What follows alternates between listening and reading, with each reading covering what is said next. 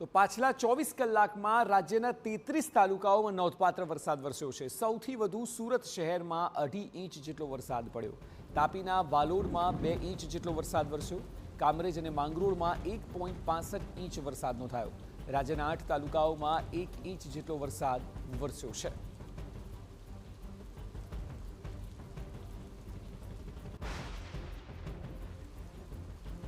તો જે વરસાદ અત્યારે વરસી રહ્યો છે તેમાં સુરત સૌથી વધારે વરસાદવાળું શહેર છે, કારણ કે અહીં તમામ જગ્યાએ લગભગ 2.5 ઇંચ જેટલો એવરેજ વરસાદ છે।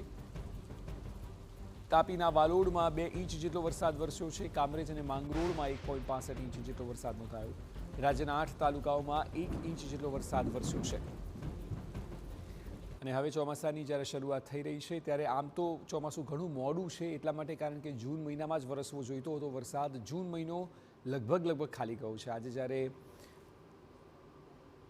જૂનનો છેલ્લો દિવસ છે ત્યારે આજથી વરસાદની શરૂઆત દેખાઈ રહી છે।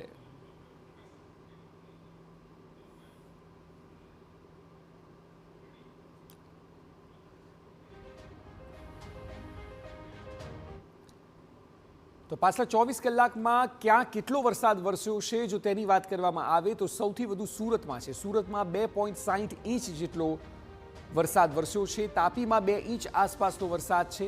એ સિવાય માંગરોળની વાત કરવામાં આવે તો માંગરોળમાં પણ 1.65 ઇંચ આસપાસનો વરસાદ છે, એટલે લગભગ 1.25 ઇંચ કહી શકાય। કામરેજમાં પણ માંગરોળની જેમ જ 1.25 ઇંચ જેટલો વરસાદ છે। પલસાણામાં 1.34, અરેઠમાં 1.26, ઉમરગામમાં 1.06 અને નાનાપોડામાં 1 ઇંચ જેટલો વરસાદ છે। એટલે આ વરસાદના આંકડા છે કે જ્યાં નોંધપાત્ર વરસાદ નોંધાયો, જેમાં દક્ષિણના જ મોટાભાગના તાલુકાઓ કહો, જિલ્લાઓ કહો, શહેર કહો, એ દક્ષિણના જ પ્રભાવિત થયા છે કે જ્યાં અત્યારે વરસાદ 1 ઇંચથી લઈને 2.5 ઇંચ જેટલો જોવા મળી રહ્યો છે।